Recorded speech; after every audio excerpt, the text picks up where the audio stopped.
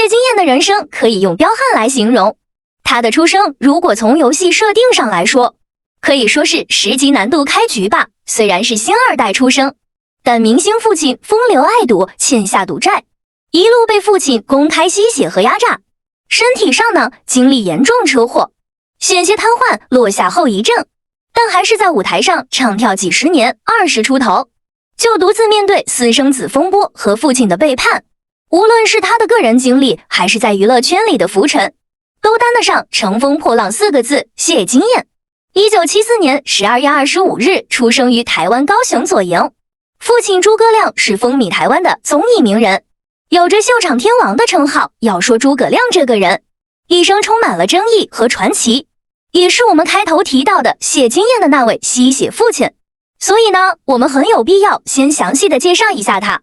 诸葛亮原名谢新达，父亲是卖菜的，家里兄弟3人，菜摊生意忙的时候，父亲就会让儿子们帮忙送菜。从小在菜场长大，浸泡在形形色色的市井中，这边学一句台湾俚语，那边学一句顺口溜，给诸葛亮后来的表演提供了很多素材，也让他的表演呢非常的接地气。14岁那年，诸葛亮离开了父亲的菜摊，加入了一个剧团，跟着剧团四处流浪。后来一个偶然的机会到前台表演，天赋被发掘，再加上勤奋，越演越好，得到了剧团师傅的赏识和重用，成了一名专业的编剧和演员。后来因为扮演丑角，诸葛亮一炮而红，索性就拿这当艺名了。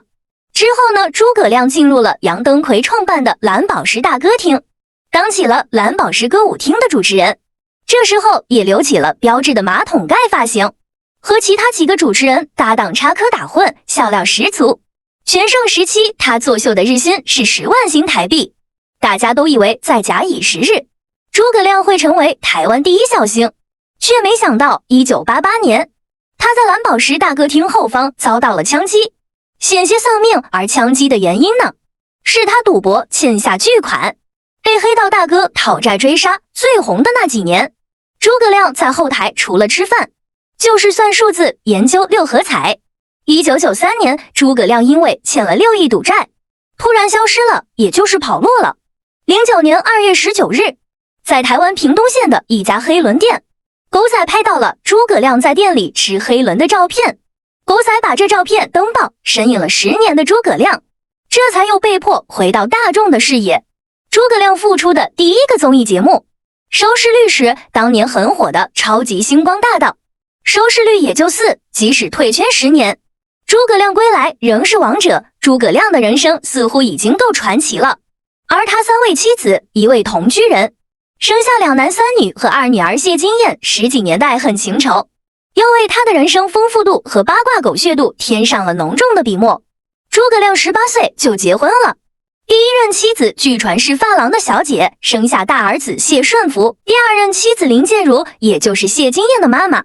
曾经是演员，和诸葛亮在剧团认识。结婚后呢，生下女儿谢清燕和谢金燕。谢金燕11岁时爸妈离婚，她和姐姐跟着妈妈搬回了外公外婆家。和诸葛亮最多的联系啊，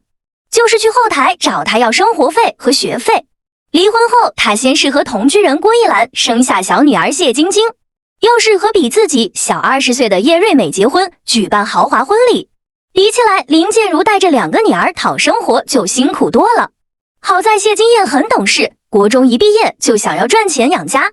当时华视的欢乐周末还在举办美腿小姐选拔，15岁的谢金燕参加，拿下了第1名，正式出道。当时大家都不知道她是诸葛亮的女儿，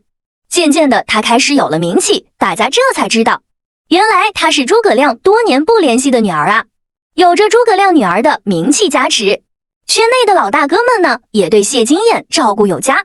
再加上自己有天赋又努力，谢金燕的资源越来越好。却没想到一场车祸差点让她送了命。1991年17岁的谢金燕和当时的男友还有姐姐谢清燕在外出游玩时遭遇车祸，男朋友当场身亡，姐姐谢清燕全身70%烧伤，而谢金燕脊椎移位骨盆碎裂，主治医生断言即使命就回来了，她也要在轮椅上度过余生。母亲林建如给诸葛亮打电话，诸葛亮立马赶到医院四处求助，渐渐的谢金燕慢慢康复，也不需要轮椅，可以走路了。诸葛亮呢，也再一次闯进了谢金燕的生活。康复后，谢金燕复出娱乐圈，诸葛亮不遗余力动用资源帮衬。劫后余生又被父亲照料，谢金燕的人生似乎告别了悲催，只是没想到和父亲的这甜蜜期不过短短2年。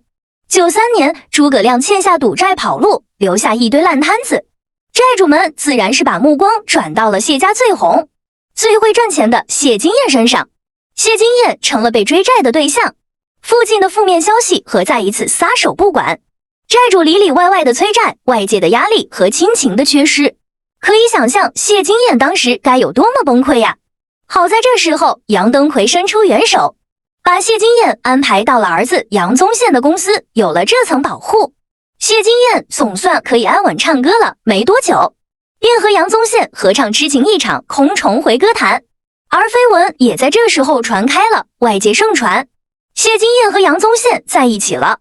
当事人都没有回应，谢金燕上整蛊节目，还被节目组安排打电话给杨宗宪，要说我爱你。谢金燕问杨宗宪，是不是因为自己是诸葛亮的女儿，所以他不敢喜欢他呢？而杨宗宪回应道，我觉得那无关吧，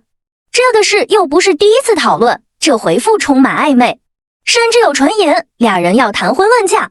但是因为诸葛亮欠了杨登魁太多钱，杨登魁极力反对，俩人才没有成。不过也许这时候的谢金燕也无心恋爱，要专心搞事业吧。09年，诸葛亮突然回归，宣布复出他主持的第1档节目，原本是要和谢金燕同台录影的，